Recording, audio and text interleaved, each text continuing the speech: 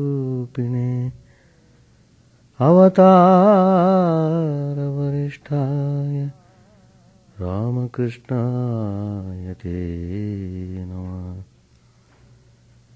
Pavitram Charitam Yasya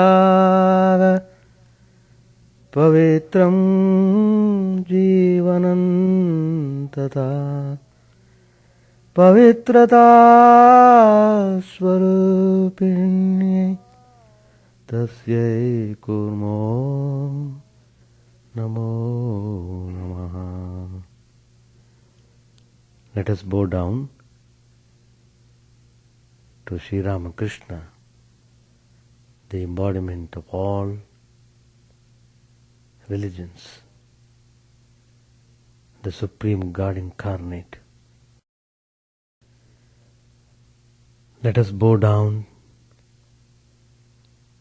to Divine Mother, the divine consort of Sri Ramakrishna, Sri Sharda Devi.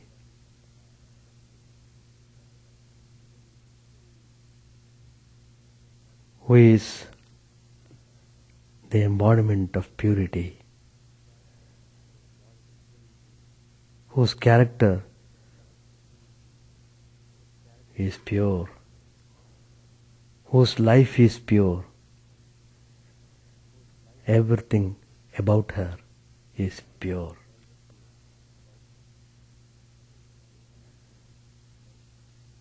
Let us bow down to her, the personification of love and kindness.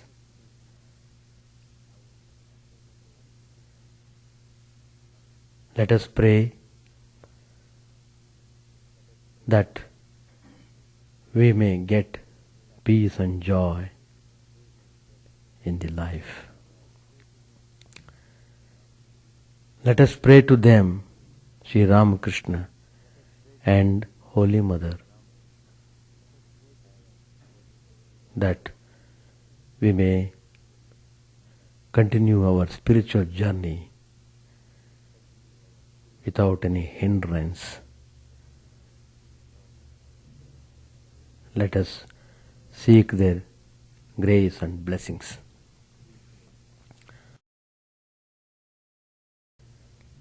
Today I am speaking on Holy Mother, whose birthday we are celebrating on January 1st.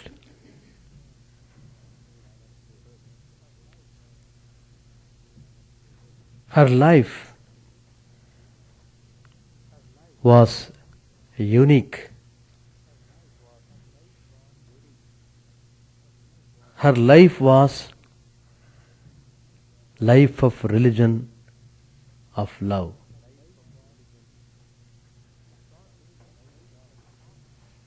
She taught religion through love.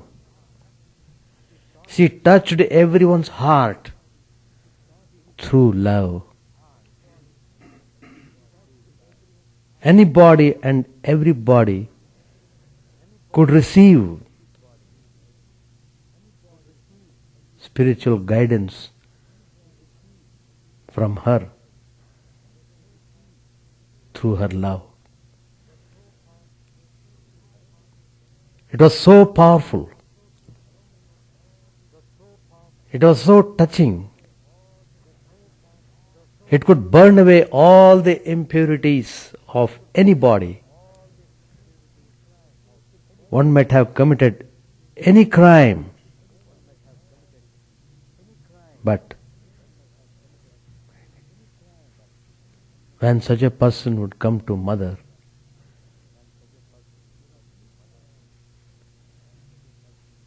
that person would give up all impurities. So, it is very important to study and know about Holy Mother in depth. The Mother of the universe, coming to our plane living like us, passing through all sorts of troubles and tribulations, passing through severe hardships,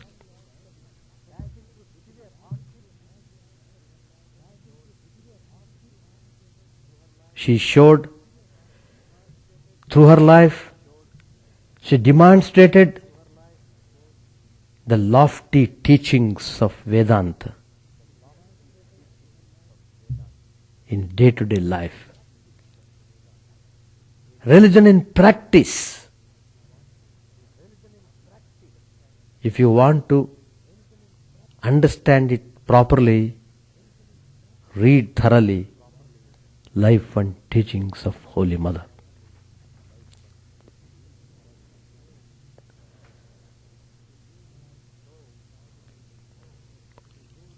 Though she lived like an ordinary householder,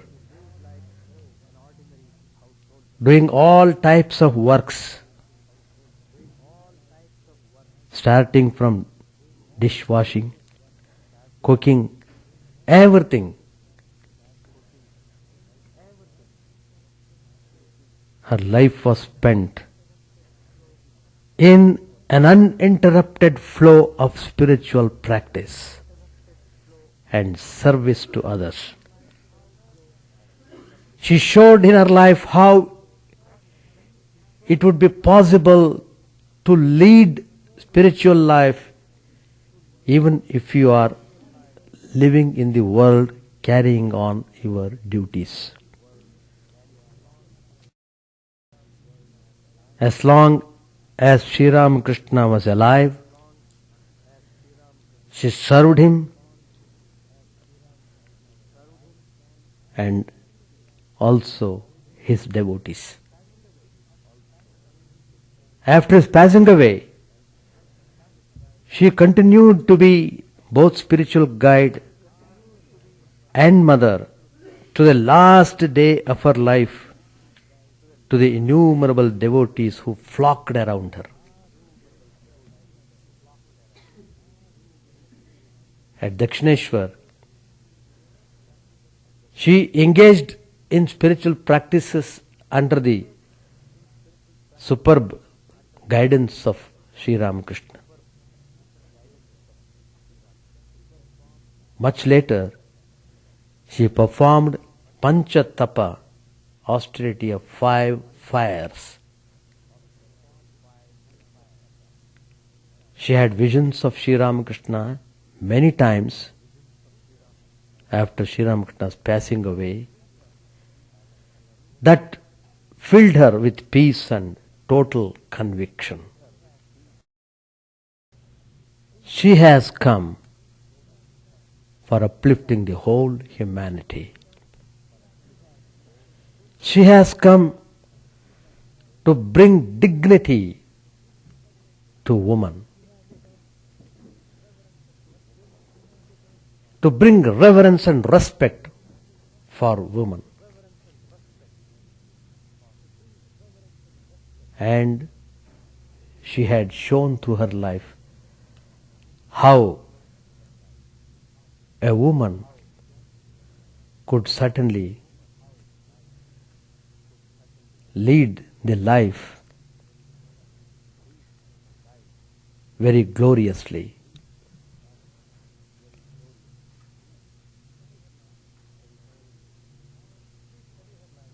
So, if we study her life, we find out how she practiced all the yogas in her everyday life. So, let us try to study her way of life, how she practiced yogas. It is very beneficial to us to go through her life. Because you know, there are 4 yogas: Raj Yoga, Bhakti Yoga, Karma Yoga, Dhyana Yoga. Let us see how Holy Mother practiced Raja Yoga, though she was a householder, carrying all sorts of works in her home. You know, Raja Yoga specifies 8 steps, Ashtanga Yoga it's called. Yama, Niyama, Asana, Pranayama, Pratyahara, Dharana, Dhyana, Samadhi.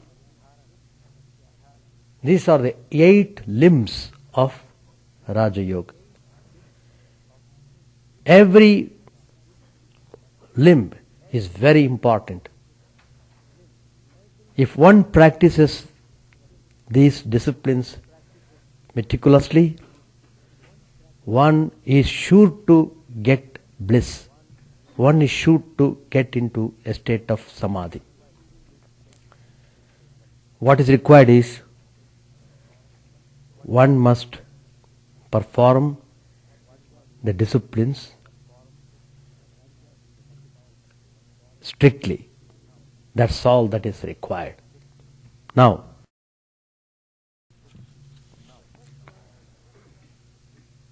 the first one, Yama.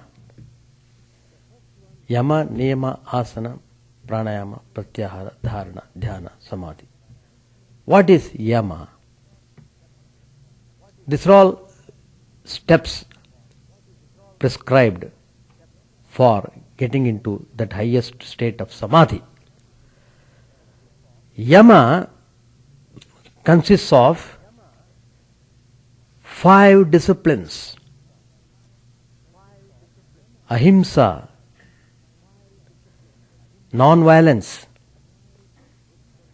Satya, truthfulness. Asteya, non-stealing. Brahmacharya, continence. And aparigraha, non-covetousness. Non-covetousness. So these are the 5 important disciplines to be undertaken to be well established in the first limb of Raja Yoga called Yama. Next comes Niyama. So the first one is very important. You must know you are reaching God.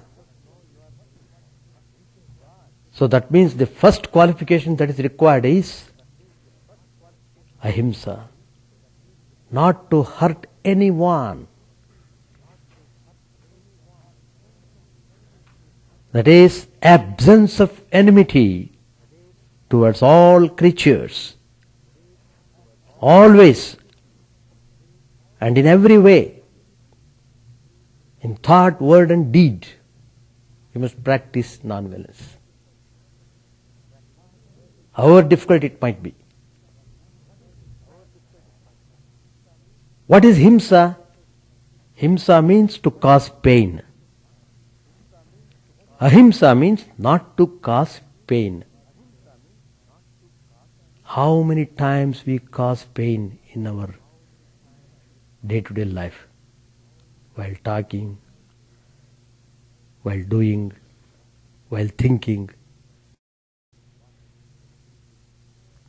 We should watch how we behave. Simply telling why I did not get God vision. You may cry, you won't get. Unless you practice these disciplines, you can't simply get God. Discipline is very important.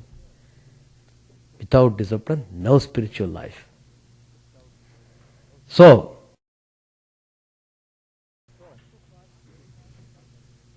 not to cause pain is called ahimsa. What does it mean? Causing pain can be even more harmful than killing.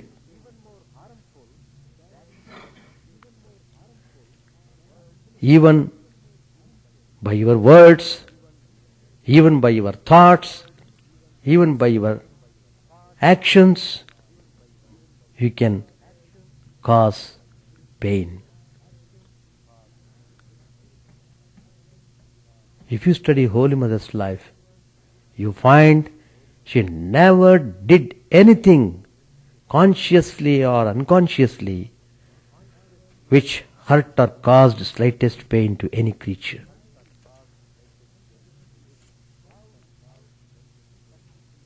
How that could be practiced in her daily life? It is because of her abundance, flow of love. Her overflowing motherly love and limitless compassion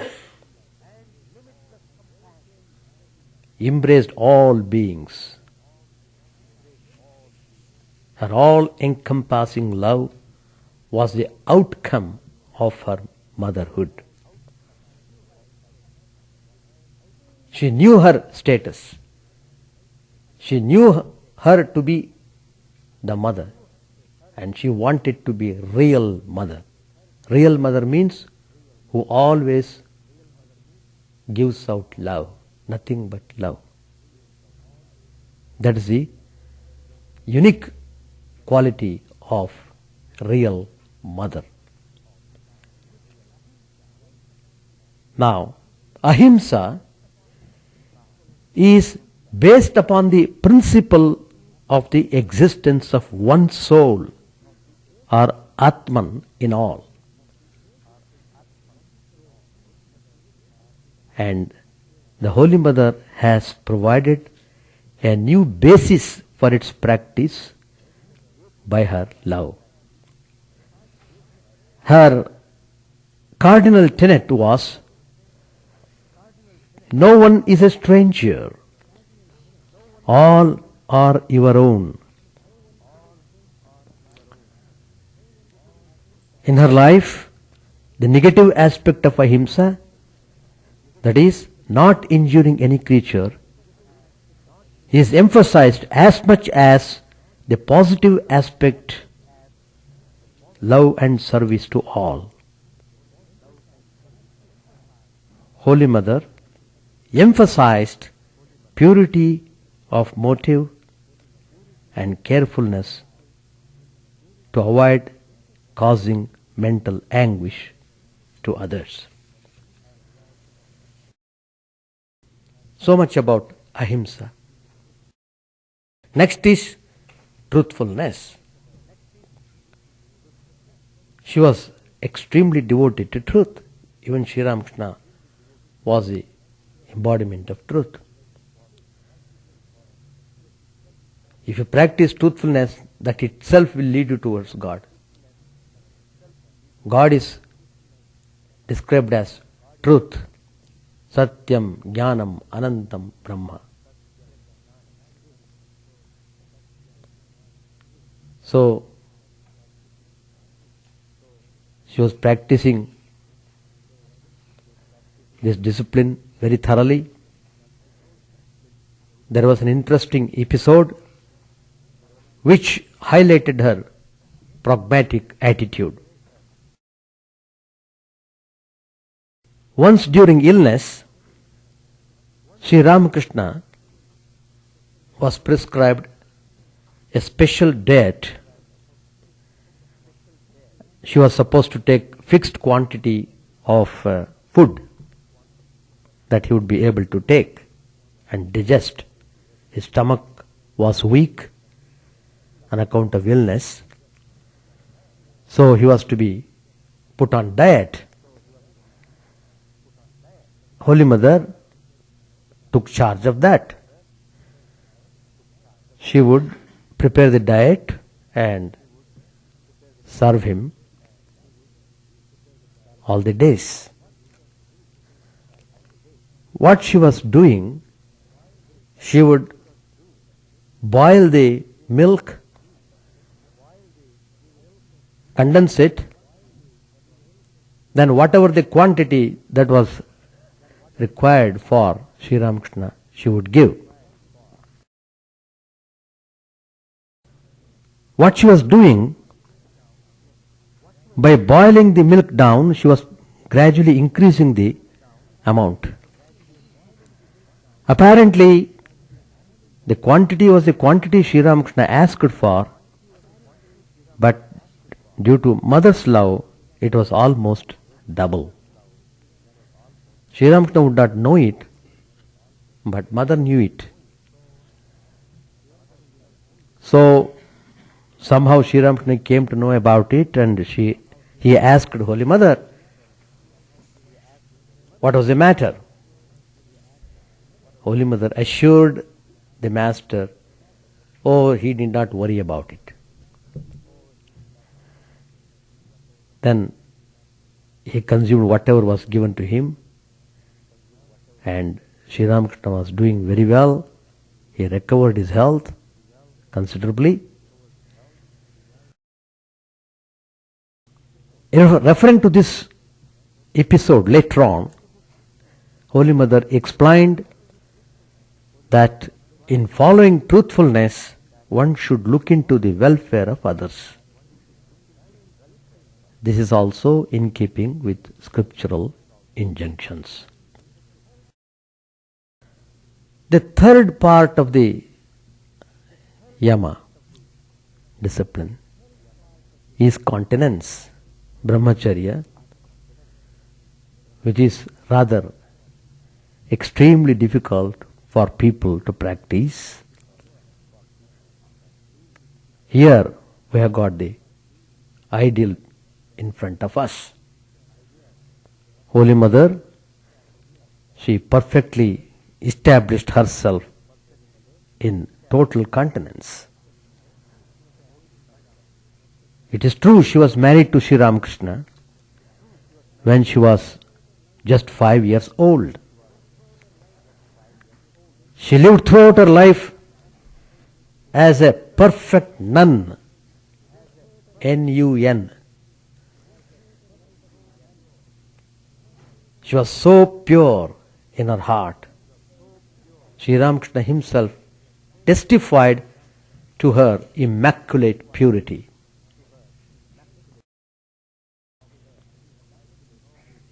Probably if you study her life, you will know Holy Mother slept with the Master continuously for 8 months. During this long period, not only the Master's mind soared high, but the Mother's also was deeply absorbed in thinking of spiritual ideas. So, both of their minds were in very high plane. The mind would not come down to the physical level at all. So there was no occasion for physical hankering on either side.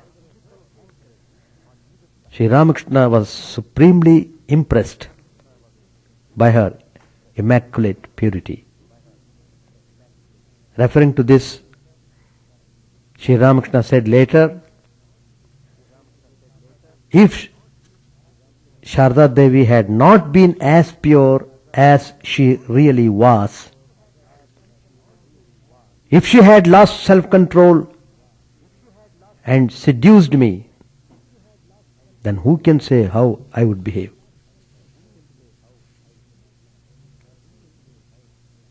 Holy Mother was absolutely non-attached to the world.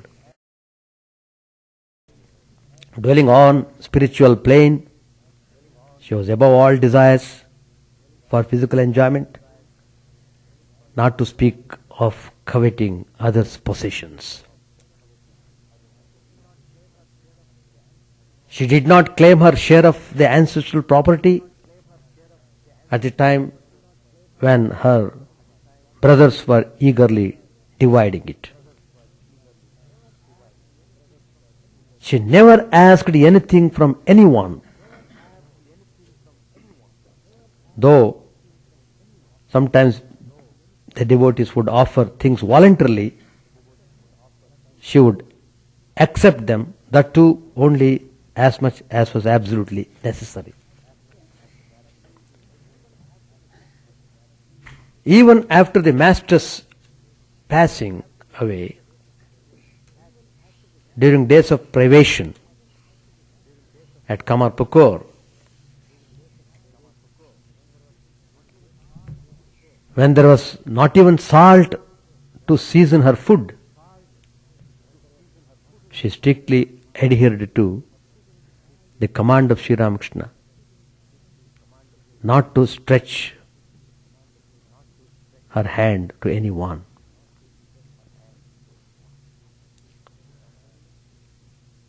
On the contrary, whenever possible, she distributed whatever she possessed to the poor and to devotees.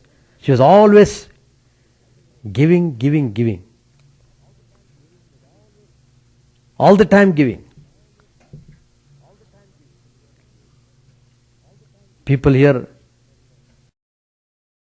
in America, I find every now and then people ask, may I help you, may I help you? But Holy Mother, if anybody goes, may I give you something? Always she would say, may I give you, may I give you? Giving is a most wonderful quality. People should learn to give. Giving is a wonderful spiritual quality. That's why it is prescribed when devotees come to temple, they must give something to God. To train them the act of giving, they are told to do that. Give your body, give your mind, surrender yourself to God. Bow down. Give yourself totally to Him. So, Sri Ramakrishna noticed this. At times, he cautioned against this, for it was necessary to keep some articles in store to meet daily requirements. In later life, the Holy Mother had to keep money for daily use, but it was never too much, nor did she ever lay it up. She never counted money or kept accounts. So, we find how Holy Mother followed all these 5 disciplines which have been specified in Raj Yoga. The disciplines meant for achieving perfection. She thus set a marvelous example for the householders and monks alike. Coming to the second part of the Raj Yoga, Niyama. First was Yama, now Niyama. Niyama also has got set of disciplines. What are they? Niyama also has got 5, just as Yama had 5. One is Shaucha, that is purity, Santosha, contentment, Tapaha, austerity, Swadhyaya, studies, Ishvara Pranidhana, surrender. Purity, contentment, austerity, study and surrender. These 5 disciplines constitute Niyama, the second limb of Raja Yoga. The first limb is Yama, second limb is Niyama. How Holy Mother practiced this Niyama in her life? So she was a perfect Raja Yogi because she had well established herself in all these disciplines. She was a perfect Raja Yogi, she was a perfect Karma Yogi, she was a perfect Bhakti Yogi. All the yogas were in her hands. She became adept in all the yogas.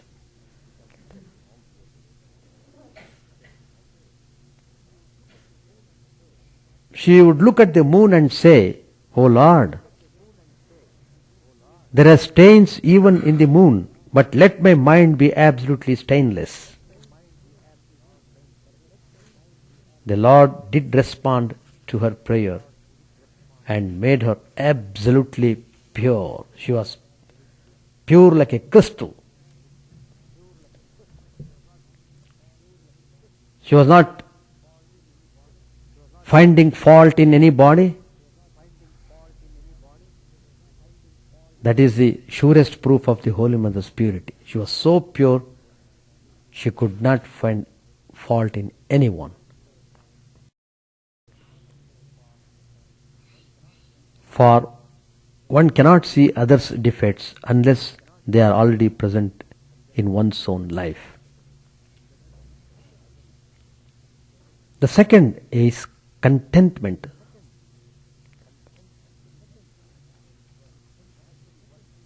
It was a natural virtue of Holy Mother.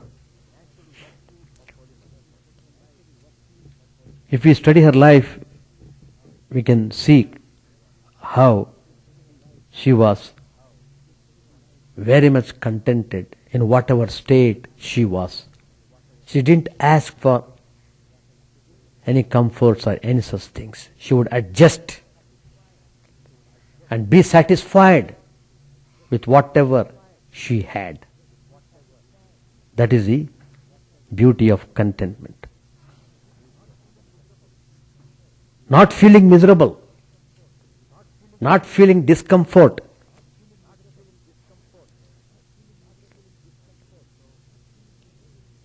So, during the Dakshineshwar days, she had prepared for her use a pillow out of leftover jute fibers. She herself prepared a pillow. Later on, in an old age, when sleeping on a soft cotton mattress and pillow, she used to recall her Dakshineshwar days and tell that she used to get sound sleep on the mat and jute pillow as she was now doing on the soft cotton ones.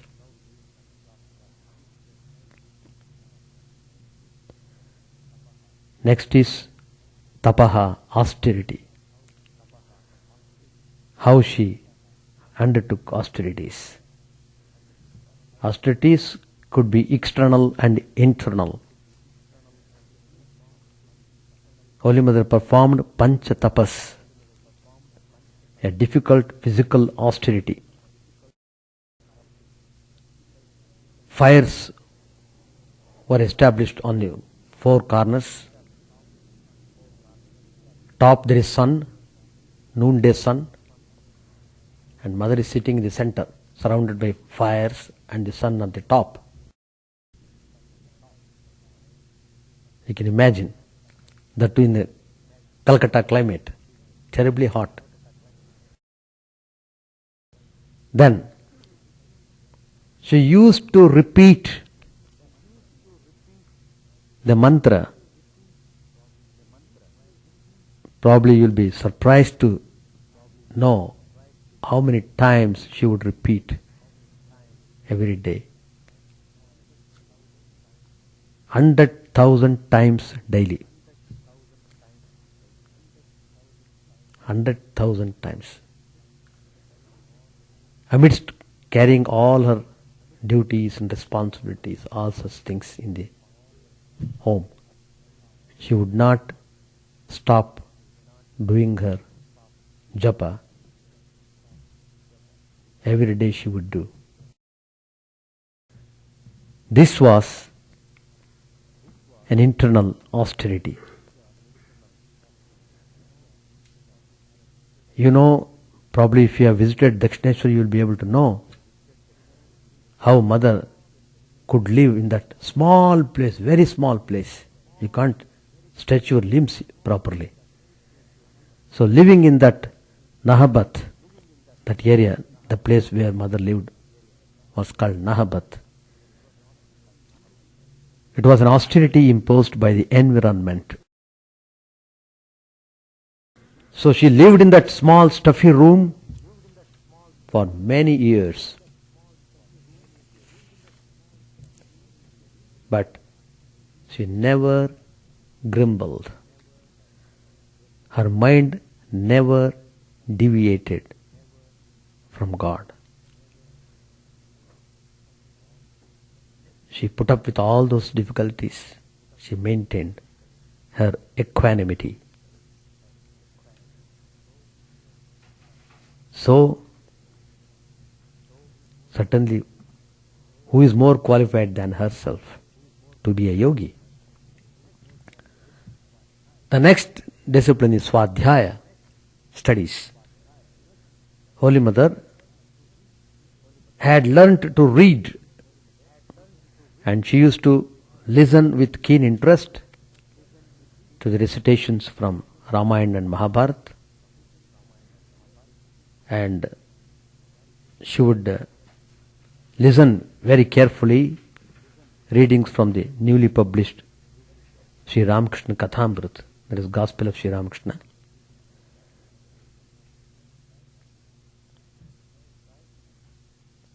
Besides, she had heard many spiritual instructions from Sri Ramakrishna himself, and she used to remember those joyful days of the past. The next is Ishwar Pranidhan, taking refuge in the Lord. She was very devoted to Tarakeshwar. It is a very famous pilgrim center in Bengal. Even today, several hundreds of people go there to offer worship. Tarakeshwar, the Lord Shiva's shrine. When Sri Ramakrishna was ill, Holy Mother went and prayed, and she surrendered herself to Goddess Simhavahini.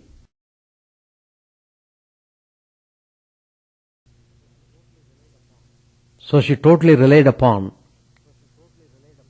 the will of the divine.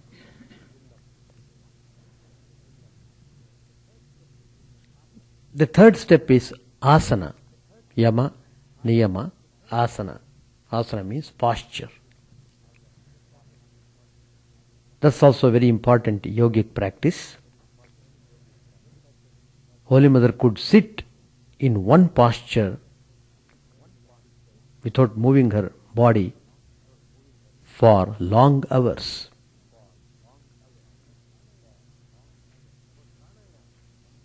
About Pranayama, the next discipline,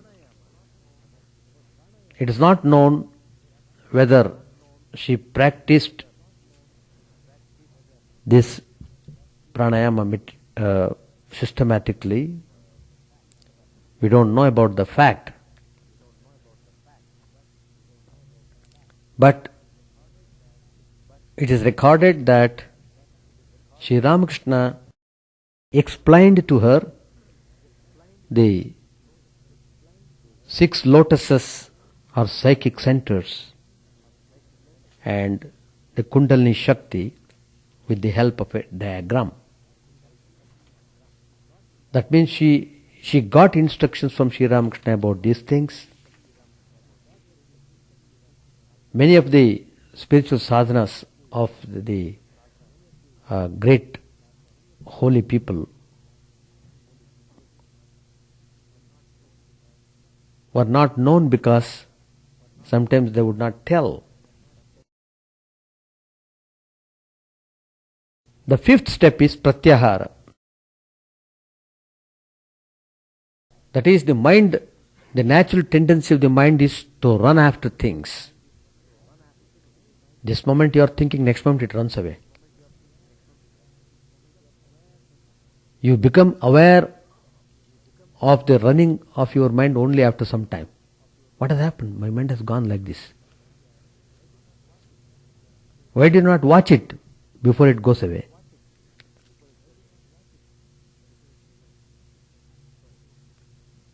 So,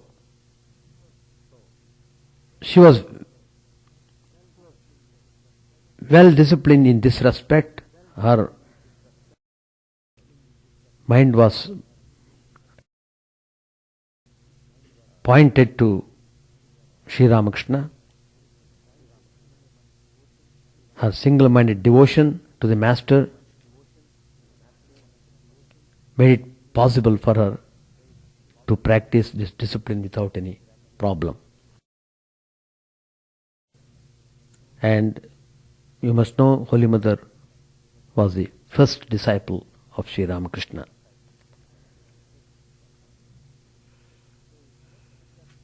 The next steps, Dharana, Dhyana, Samadhi, collectively they are the three successive stages of mental concentration. The three put together is called Samyama. These are the final steps to yoga or total absorption in God consciousness. Holy Mother regularly bathed and sat for meditation. She would rise from the bed every day, morning at 3 o'clock. We know from her reminiscences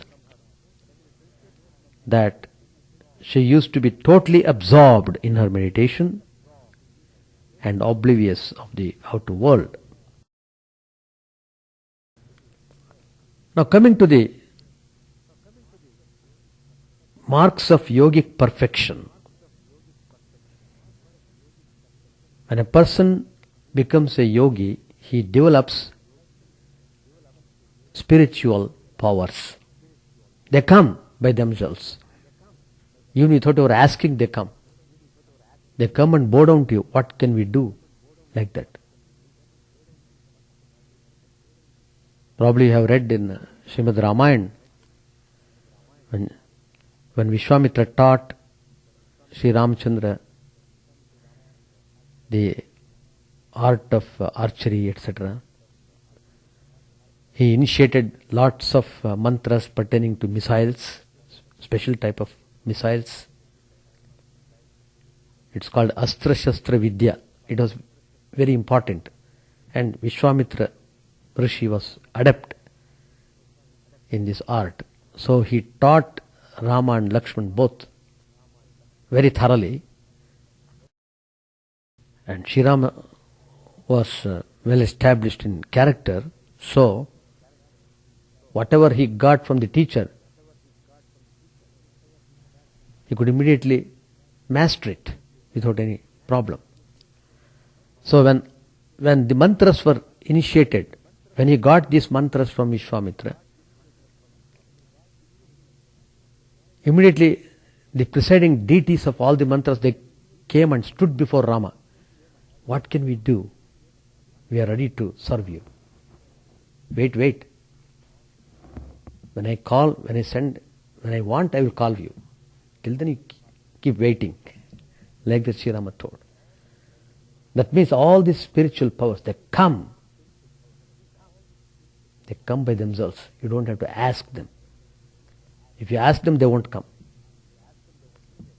That's the beauty. Anyway, so various siddhis or attainments are described in the Yoga Sutras of Patanjali. First, there are special signs of perfection in the preliminary disciplines. When a person gets well established in ahimsa, non-violence, for instance, all creatures give up enmity in his presence.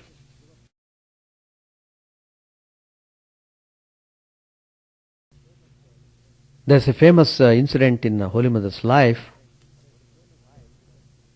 Once she was going to Dakshineshwar with some of her companions. She was walking from her village Dairambati, but she could not walk fast. All her friends were walking with great speed, but she could not walk, and she had to pass through a place which was a very dangerous one. There she had to encounter a fierce dacoit. But though that man was fierce looking and terrible, anybody else would have been frightened seeing him. But Holy Mother did not lose her composure. She addressed him as Father. Oh Father, can you help me to find out my way? I am not able to see the road because the darkness has come.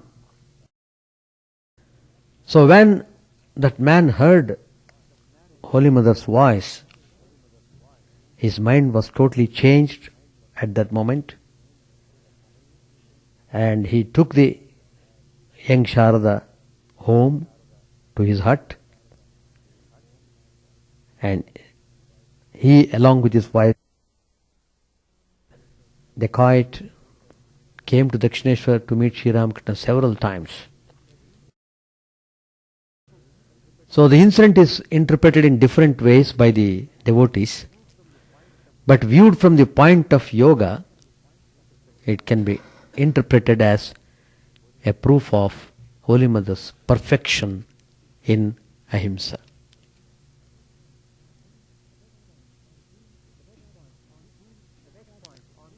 The next point, on being established in truthfulness.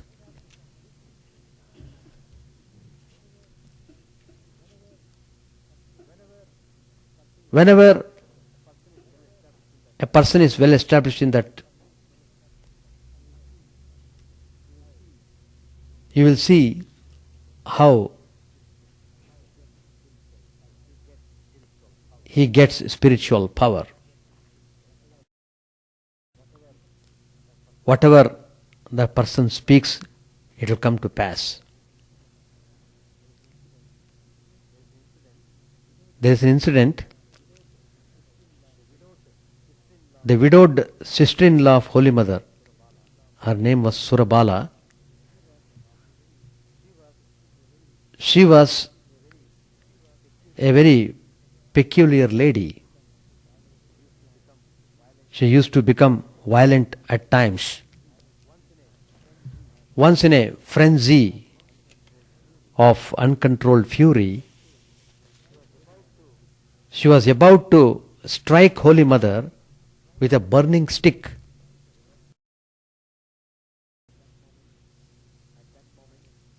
At that moment, in an unguarded moment, Holy Mother said that the hand raised to strike her would wither away. Immediately Holy Mother expressed great distress that such words should have come from her lips. But nonetheless, it so happened much later that Surapala contracted leprosy and her hand decayed and fell away. The hand which raised to throw the burning stick at Holy Mother. On being established in non-stealing and non-covetousness, all wealth comes to the yogi. This also proved literally true. When she was touring South India, she came to Rameshwar. There the king of Ramnad, she was so much impressed by Holy Mother, he ordered the royal treasury to be set open before her. Of course, Mother didn't want anything, she didn't take anything. On being well established in continence, celibacy, energy is gained. You will have supernatural energy.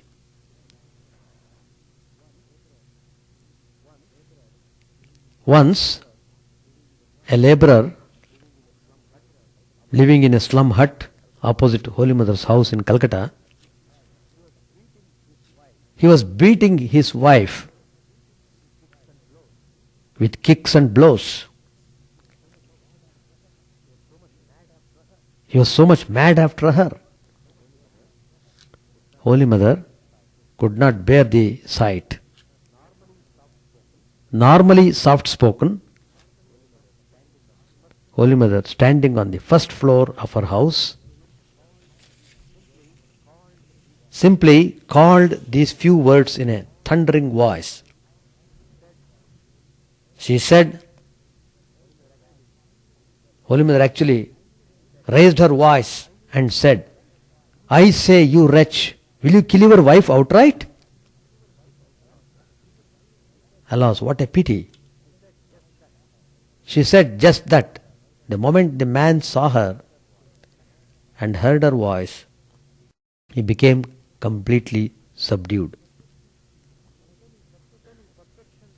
On attaining perfection in non-covetousness, the yogi gets the memory of past lives. Holy Mother too remembered her past incarnation. She expressed that she was Sita when she saw Rameshwar Shivlingam. So she immediately recollected that she was Janaki when Sri Ramachandra incarnated here. The Holy Mother's life is full of miraculous events which could be considered as evidence of her yogic powers. She would know the whereabouts of devotees. Whenever the devotees come, she would know about their past and future. She would know about their likes and dislikes. And she would know thoughts stirring in their minds.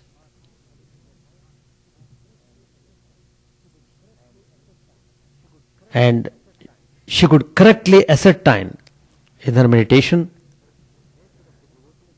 the nature of the devotee, his Ishtadevata, the chosen ideal, and the holy mantra to be given to him at the time of initiation. All these things she would come to know. Accordingly, she would initiate the devotees. Once a devotee was carrying a heavy load on his head, consisting of many articles. Of course, he was bringing those articles to the ashram. She had to walk through a long distance. He realized that the road was too heavy for him to carry. The load was too heavy. He was feeling so difficult to walk. But he was struggling and walking. Suddenly he felt that the burden was feeling lighter. He was amazed. How is it? I've got so much of load on my head, I'm feeling lighter. And he was feeling easy to walk. On reaching Jarambati, where mother lived, that is the ashrama where he was supposed to come. When he came there, he found that Holy Mother was walking up and down in front of her home, her face flushed, and she was evidently much worried. He immediately realized that it was a mother who by her miraculous power bore the weight of the load and thus helped him. Coming to the samadhi, that's the last stage to become a perfect yogi. Various types of samadhi are described in the Yoga Sutras. The visions of gods and goddesses which come to one in sampragyata samadhi. They were all common with Holy Mother. She would get lots of visions. She would almost every day she would see different gods and goddesses. Not only she had sampragyata samadhi, visions of gods and goddesses, she experienced nirvikalpa samadhi, that is called asampragyata samadhi, in the garden house of Nilambar Mukherjee. So it is thus evident that Holy Mother not only practiced the preparatory disciplines of Raj Yoga, but was a perfect and realized yogi. So, how she could live that spiritual life amidst surrounded by people, amidst carrying all other duties and responsibilities in the home. So she has set a model for us. If only study thoroughly and try to practice them sincerely, it should be possible for us to have spiritual experiences in our life. With these words, I seek the grace and blessings of Holy Mother and conclude my talk. Om Sahana Bhavato Sahanau Bhunakto Sahaviryam Karavavagai Tejasvinavadhetamastu ma vidvishavahai. Om Shanti Shanti Shanti. Harihi Om Tat Sat. May the Divine Spirit protect us, nourish us. May we work in harmony with great vigor. May our study be illuminating and fruitful. May we not hate each other. Peace, peace, peace be unto all.